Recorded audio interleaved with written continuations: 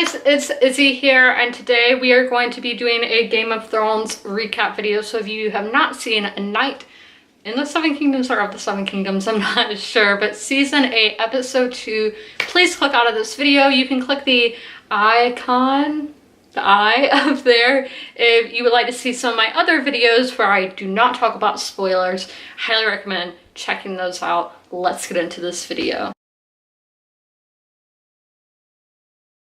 We're going to be talking about the main things that happened in last night's episode, and this was the whole episode was in Winterfell, so we didn't see Cersei, we didn't see Yara, we didn't see anybody who's in the south. It was all in Winterfell. And I am using a Forbes article, which will be in the pinned comment down below if you want to read along with the article as I do. So we were not in King's Landing. And so we're just gonna go through some of the major plot points that happen. So we had a lot of our favorite characters sitting around the fireplace waiting for the battle to start. We had Tyrion, Jaime, Tormund, Brienne, Podrick, and Davos. And Jaime's trial was the start of the episode, and Daenerys was like, I don't know, we should trust him. Sansa didn't really want to trust him, but Brienne stood up for him. And obviously Tyrion did it as well. And Sansa trusts Brienne with her life. So she was like, if you would fight beside him, then I think we are fine having him here. So Jaime got to live. He didn't get put to death, which is really nice because he is my favorite character. And so yes, we had a lot of these characters sitting around the fire, and Brienne got knighted by Jaime, so she is Sir Brienne of Tarth now. So good for her. Yes. And I actually read about Joan of Arc this past week, and I can see a lot of parallels between their two characters, or well, you know what I mean, between Brienne and Joan of Arc. I think there's a lot of similarities. And so Tormund explained how he got the name Giantsbane. If you read the books, you already knew, and it's just those stories where it's like, oh, nice flex, like, kind of weird. Nobody really asked to hear that. And then, obviously, they're all talking about, well, Tormund said to Brienne that he would knight, if he was a king, he would knight her over 10 times over. And then Jaime was like, you don't need a king to make a knight. A knight can knight a knight. So he knighted Brienne. So our next one is Hard-Headed Woman. And we had Arya spoke to the Hound just about their past. And she's like, why are you in Winterfell? When have you ever fought for somebody else? And he's like, I fought for you, didn't I? And I was like, oh. And then Arya gets her weapon, which is, if you remember when she was in Bravos with the Faceless Men, they had that thing when she was blind. They would do that's, I don't know, kind of a weapon where they would spin it around. So she got one kind of like that with dragon glass on each end. And then Arya sleeps with Gendry.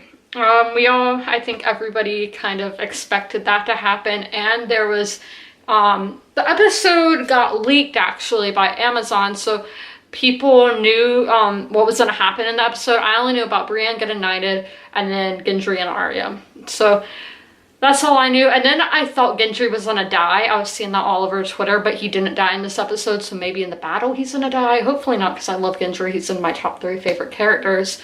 But yes, so that happens. Arya and Gendry sleep together, which, as I said, I got spoiled for, but it's okay. So then we have Daenerys. I almost said Amelia. Daenerys goes and talks to Sansa because she's like, we need to be more friendly. And it says, really, I don't know, I really didn't like Daenerys in that scene. I just didn't. Sansa stood her ground, and Sansa was like, what happens after this war? The North, we got it back, or we want to be independent. So will the North be independent after this war? Who knows? Yes. And then, but yeah, they were talking how Sansa was saying Tyrion's a good man and that Daenerys should trust him and all that, but Daenerys was like, I didn't make him my hand just because he's a good man. And I don't know, I really didn't like Daenerys in that scene. And then when Jaime's trial is going on, Bran says the things we do for love, which is what Jaime said when he pushed Bran out the tower in the first season.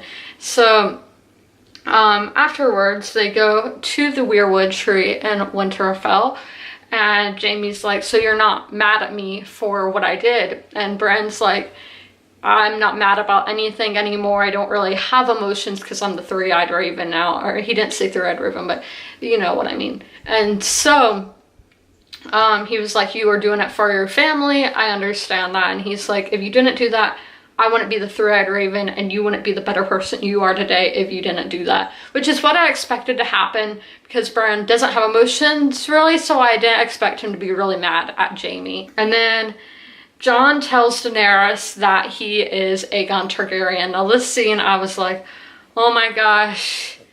And he would say, and so she's like, so you are the rightful heir for the Iron Throne, and she gets really mad.